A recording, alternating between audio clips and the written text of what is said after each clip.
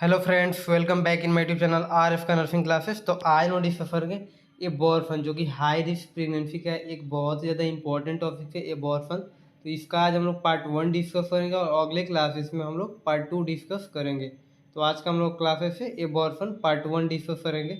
तो सबसे पहले अगर आप मेरे चैनल पर नए हैं तो प्लीज़ मेरे चैनल को सब्सक्राइब कर दे, वीडियो को लाइक कर दे और जो बेल आइकन है उसको प्रेस कर दे, जिससे मैं जो भी नेक्स्ट वीडियो अपलोड करूँ उसका नोटिफिकेशन सबसे पहले आपको मिल सके। तो स्टार्ट करते हैं आज से क्लासेस।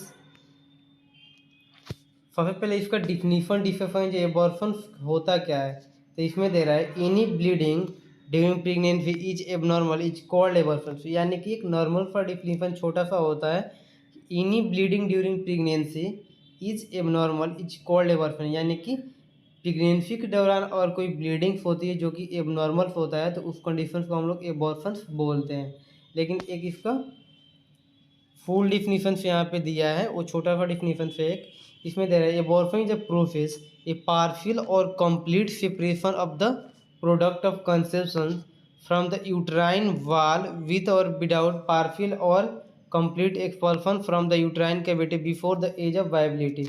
यानी कि इसमें बोल रहा है एबॉर्फन एक प्रोसेस है जिसमें पार्शियल और कंप्लीट सेपरेशन होता है जो प्रोडक्ट ऑफ कंसेप्शन होता है। यानी कि जो फीमेल कंसीव क्यों रहती है वो पार्शियल और कंप्लीट उसका सेपरेशन होता है फ्रॉम द यूट्राइन वाल। यानी कि यूट्राइन वाल में उसका कंसेप्शन हुआ रहता है तो उससे सेपरेट हो जाता है, यानी कि यूट्राइन वाल से हट जाता है विथ और विदाउट पार्शियल और complete expulsion from the uterine cavity. यानी कि वो कम्प्लीटली यूट्राइन कैविटी से बाहर आ सकता है या थोड़ा सा बाहर आ सकता है before the age of viability. जो वायबिलिटी एज होता है जिसको 20 वीक्स इन इंडिया है वायबिलिटी एज, तो उससे पहले वो पार्शियल और कंप्लीट एक्सपल्सन हो जाता है। यानी कि इसमें ओवरऑल यही बोल रहा है कि जो एबॉर्फन होता है वो प्रोसेस होता है जिसमें पार्शियल और कंप्लीट प्रोडक्ट ऑफ जो कन्सेप्शन होता है वो सेपरेट होता है यूट्राइन वाल से, और उसमें जो पार्शियल और कंप्लीट एक्सपल्सन्स भी होता है इसका यूट्राइन कैविटी पे। यानी कि before the age of viability उसका पार्शियल और कंप्लीट एक्सपल्सन्स भी हो जाता है यूट्राइन कैविटी, तो उस कंडीशन को हम लोग बोलते हैं abortions. The age of viability 20 weeks in India, यानी कि जो वायबिलिटी एज है इंडिया में वो 20 वीक्स है। नेक्स्ट इसका डिफरेंट टाइप्स मेनली इसका दो होता है, एक स्पॉन्टेनियस एबॉर्फन और एक इंड्यूस एबॉर्फन। स्पॉन्टेनियस एबॉर्फन में क्या होता है कि स्पॉन्टेनियस जो एबॉर्फन होता है उसमें यानी कि फीमेल्स नहीं चाहती एबॉर्फन कराना, लेकिन जो अपने आप से हो जाता है, यानी कि involuntary loss of product of conception. यानी कि फीमेल्स को चाहती नहीं है, वो इनवॉलेंट्री लॉस हो जाता है, तो उस कंडीशन को बोलते हैं स्पॉन्टेनियस। और जो खुद से एबॉर्फन मतलब कि फीमेल्स अपनी इच्छा के अनुसार कराती है तो उसको बोलते हैं इंड्यूस एबॉर्शन। तो सबसे पहले हम लोग स्पॉन्टेनियस एबॉर्शन डिस्कस करेंगे। तो इसमें दे रहा है इट इज डिफाइन है the voluntary loss of involuntary loss of product of conception prior 20 weeks gestation where the foetus weight is 1 kg और लेस। यानी कि जो स्पॉन्टेनियस एबॉर्शन होता है इसको हम लोग डिफाइन करेंगे, यह एक involuntary loss of product of conception होता है जो कि 28 वीक्स से पहले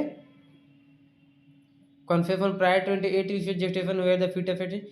यानी कि इसमें एबॉर्फन 28 वीक से पहले involuntary loss of product of conception होता है, जिसमें कि जो फीटस का वेट होता है वो 1 kg से कम होता है या 1 kg रहता है, तो उसको हम लोग बोलते हैं स्पॉन्टेनियस एबॉर्शन। कॉजेज क्या क्या हो सकता है, तो कॉजेज यहाँ पे अननोन, इसका एग्जैक्ट जो कॉजेज है, जो एग्जैक्ट कॉजेज है वो अननोन कॉजेज है। अदर कॉजेज में क्या आ जाएगा, अदर फैक्टर्स में क्रोमोजोमल एबनॉर्मेलिटी होगा अगर किसी फीमेल्स में, तो उसके चलते भी कॉज कर सकता है। स्ट्रक्चरल एबनॉर्मेलिटी के चलते भी कॉज कर सकता है। इन्फेक्शन सच है रूबेला और क्लेमाइडिया, जो इन्फेक्शन होता है रूबेला और क्लेमाइडिया का, तो उसके चलते भी कॉज कर सकता है हम लोग का स्पॉन्टेनियस एबॉर्शन। मेडिकल कंडीशन जैसे कि डायबिटीज के कंडीशन होगा, रीनल डिजीज होगा, थायराइड डिसफंक्शन होगा, वेन नॉट वेल कंट्रोल, यानी कि जो थायराइड फंक्शन होता है अगर वेल कंट्रोल नहीं हुआ तो उसके चलते भी कॉज कर सकता है spontaneous abortion. Type of spontaneous abortion, types कौन कौन सा होता है, तो फर्स्ट हम लोग का आता है 3 10 एबॉर्शन। 3 10 एबॉर्शन में क्या होगा, it is characterise by the vaginal bleeding with और विदाउट रिकॉग्नाइजेबल यूट्राइन कंट्रैक्शंस। यानी कि इसमें बोल रहा है यह कैरेक्टराइज होता है जो वेजाइनल ब्लीडिंग होता है विथ और विदाउट, यानी कि जो 3 10 एबॉर्शन होता है इसमें जो फीमेल्स होती है उसको यूट्राइन जो कंट्रेक्शंस होता है वो फील हो भी सकता है और फील नहीं भी हो सकता है, और इसमें प्रोडक्ट ऑफ कंसेप्शन का लॉस हो जाता है। तो उस कंडीशन को बोलते हैं हम लोग थ्रीटेंड एबॉर्शन, यानी कि यह करेक्टराइज होता है वेजाइनल ब्लीडिंग से विद और विदाउट यूट्राइन, यानी फीमेल्स को फील भी हो सकता है यूट्राइन कंडीशन और नहीं भी फील हो सकता है। इसमें दे रहा है the blood loss may scanty with or without back pain, यानी कि इसमें ब्लड लॉस भी होता है तो पेन हो भी सकता है फीमेल्स को और नहीं भी हो सकता है। द पेन में भी रिजेंबल डायस्मेनोरिया और पीरियड पेन, यानी कि जो नॉर्मल पीरियड्स पेन होता है जो फीमेल्स को डायस्मेनोरिया यानी कि थोड़ा सा डिफिकल्टी इन मेंस्ट्रुएशन होता है, तो उस टाइम जो फील होता है पेन वैसे ही पेन फील होगा इसमें थ्रीटेंड एबॉर्शन में फीमेल को। Outcome of threatened abortion, outcome क्या हो सकता है थ्रीटेंड एबॉर्शन का? तो abortions can be either stoppage a bleeding and continuous a pregnancy to term, यानी कि थ्रीटेंड एबॉर्शन का आउटकम्स क्या क्या हो सकता है? तो अगर ब्लीडिंग रुक जाता है थ्रीटेंड एबॉर्शन में तो फिर वो टर्म प्रेगनेंसी को कॉज कर सकता है, यानी कि वो प्रेगनेंसी फिर टर्म में जा सकती है, यानी कि प्रेगनेंसी फिर कंटिन्यू हो सकता है।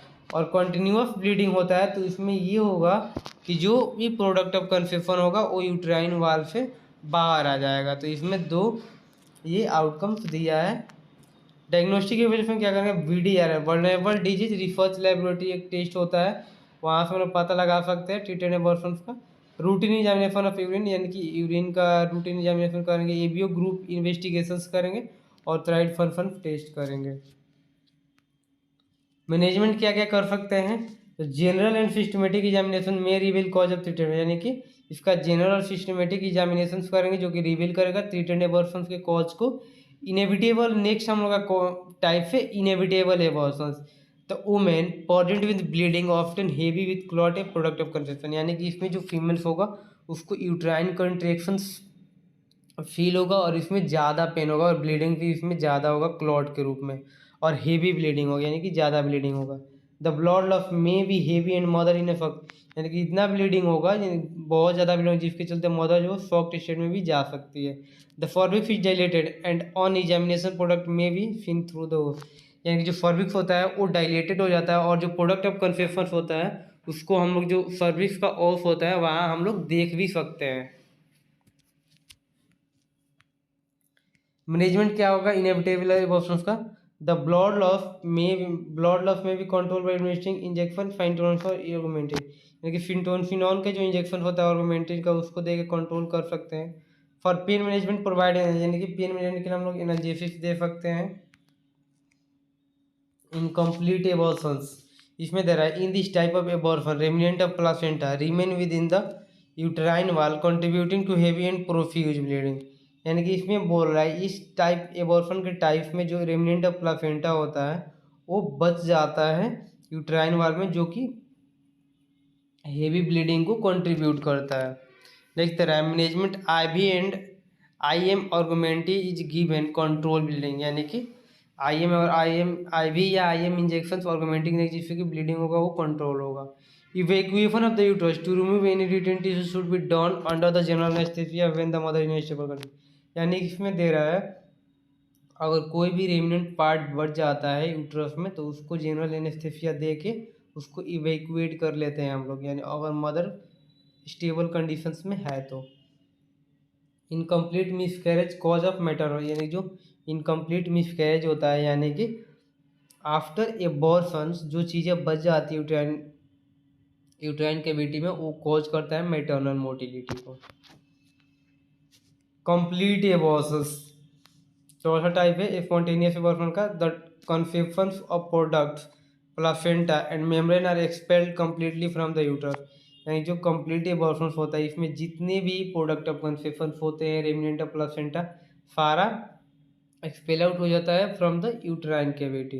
The pain stuff fines of pregnancy will regress, यानी कि जब पेन स्टफ होता है तो जो प्रेगनेंसी का फाइन होगा वो रिग्रेस करता है।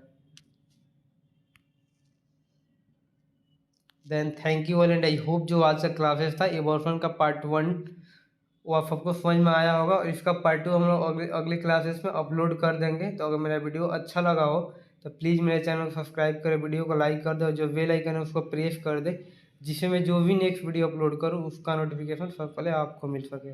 Then thank you for watching my video.